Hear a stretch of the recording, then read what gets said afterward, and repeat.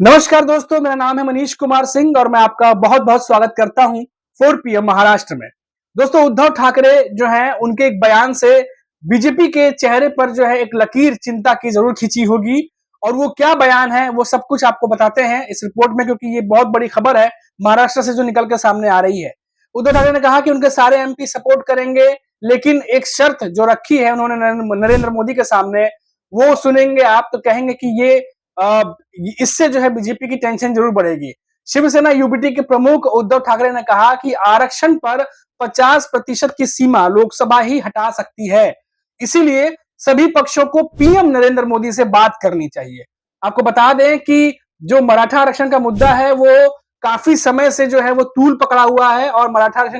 आरक्षण का मुद्दा सिर्फ महाराष्ट्र में ही नहीं बल्कि दिल्ली तक चर्चा में है, और राज्य के साथ केंद्र सरकार पर भी दबाव है। अब उद्धव ठाकरे ने सपोर्ट की पेशकश करते हुए PM नरेंद्र मोदी के सामने एक बड़ी डिमांड जो है वो रख दी है। अब देखिए, जो मराठा कोटा के एक्टिविस्ट हैं उनके साथ में जो बैठक हुई है, उसके बाद उद्धव ठाकरे ने इस मुद्दे पर अपना स्टैंड साफ करते हुए कहा कि प्रदर्शनकारियों को PM मोदी से मुलाकात करनी चाहिए और आरक्षण की मांग रखनी चाहिए।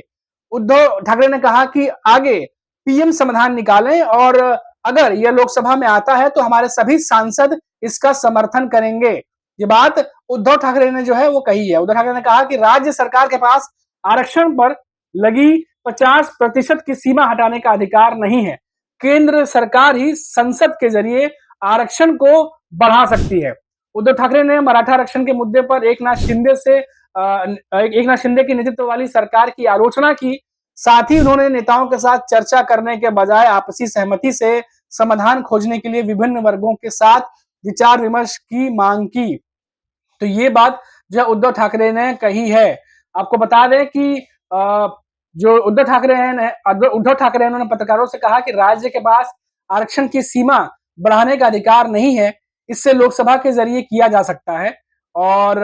अगर आरक्षण की सीमा 50% से ज्यादा करने के लिए कोई कानून पेश किया जाता है तो मेरे सांसद इसका समर्थन करेंगे। ये बात क्लियर कही। उन्होंने कहा कि अगर किसी को प्रधानमंत्री नरेंद्र मोदी के पास जाना चाहिए और उन्हें आरक्षण के मुद्दे के समाधान पर फैसला करना चाहिए, जो भी फैसला हो हम उसको स्वीकार करेंगे। आरक्षण बढ़ाकर 65% तक करने के बिहार सरकार के फैसले पर उच्च न्यायालय की रोक का हवाला देते हुए उद्धव ठाकरे ने कहा कि सत्तारूढ़ दलों को यह स्पष्ट करना चाहिए कि क्या वो अन्य पिछड़ा वर्ग के हितों को नुकसान पहुंचाना चाहते हैं। जैसे जैसे महाराष्ट्र के विधानसभा चुनाव करीब आ रहे हैं, मराठा आरक्षण का मुद्दा गर्म होता जा रहा है। कई समूह अपने अपने तरीके से मोर्चा खोले हुए हैं, और आने वाले समय में ये और भी ज्यादा गहरा सकता है, क्योंकि आप देखिए कि जब से लोकसभा चुनाव समाप्त हुए हैं और उसके बाद जो है वो MLC के भी चुनाव हुए, लेकिन सबके बीच चाहे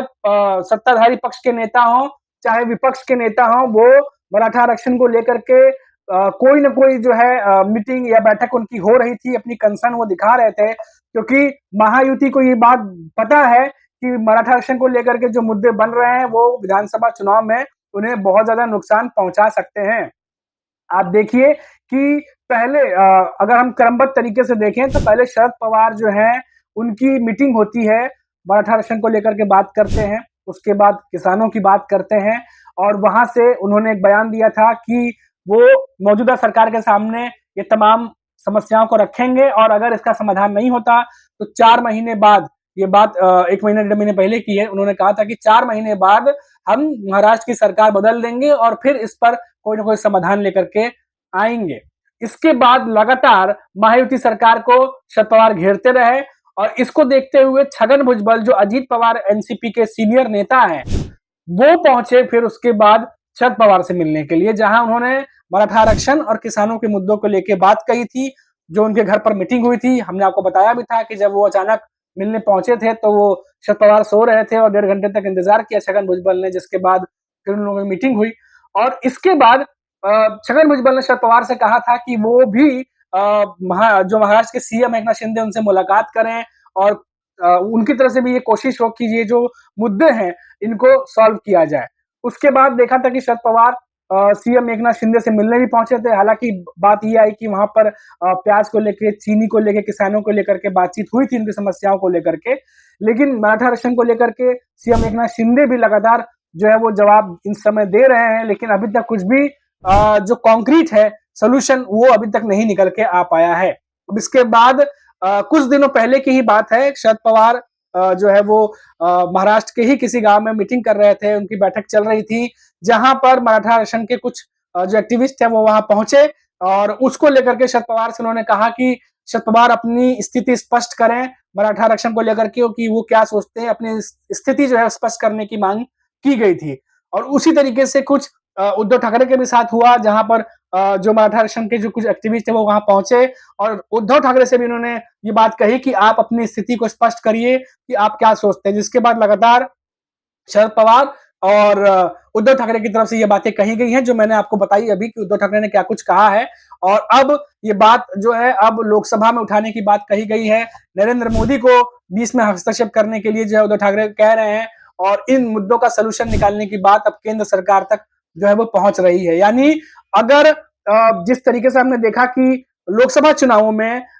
जब इलेक्शन हुए थे उस समय भी हमने देखा कि बीड़ में जहां पे पंकजा मुंडे खड़ी थी वहां पर किस तरीके का चुनौतियों का सामना करना पड़ा, खास करके मराठा आरक्षण के मुद्दे को लेकर के। उसके बाद जो बाकी के जो एरिया है, चाहे पुणे के एरिया हो, चाहे वो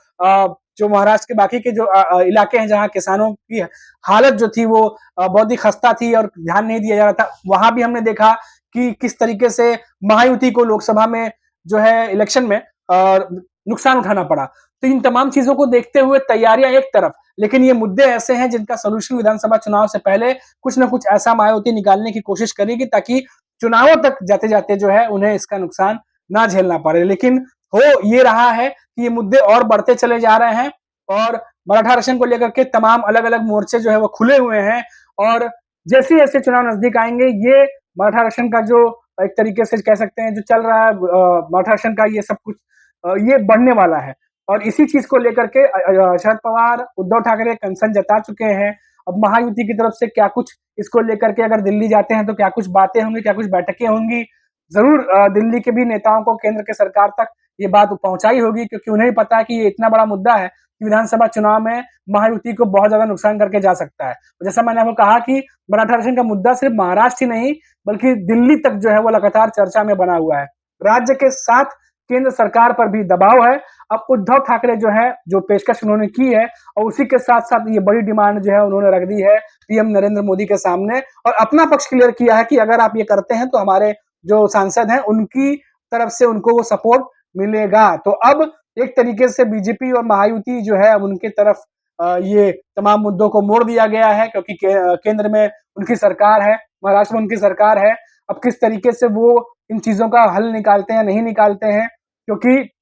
एमबीए के नेताओं को भी पता है कि अगर कहीं ना कहीं फेल होती है महायुति इसका सोल्यूशन निकालने में और असंतोष की स्थिति बनती है विधानसभा चुनाव में इसका फायदा एमबीए को मिलेगा और नुकसान जो है वो महायुति को उठाना पड़ेगा। ये बात एकदम क्लियर कट एमबीए भी समझ रहा है और महायुति के नेता भी समझ रहे हैं। अभी के लिए फिलहाल इतना ही, लौटेंगे तो बात करेंगे किसी और बड़ी खबर पर, तब तक के लिए इजाजत दीजिए, नमस्कार।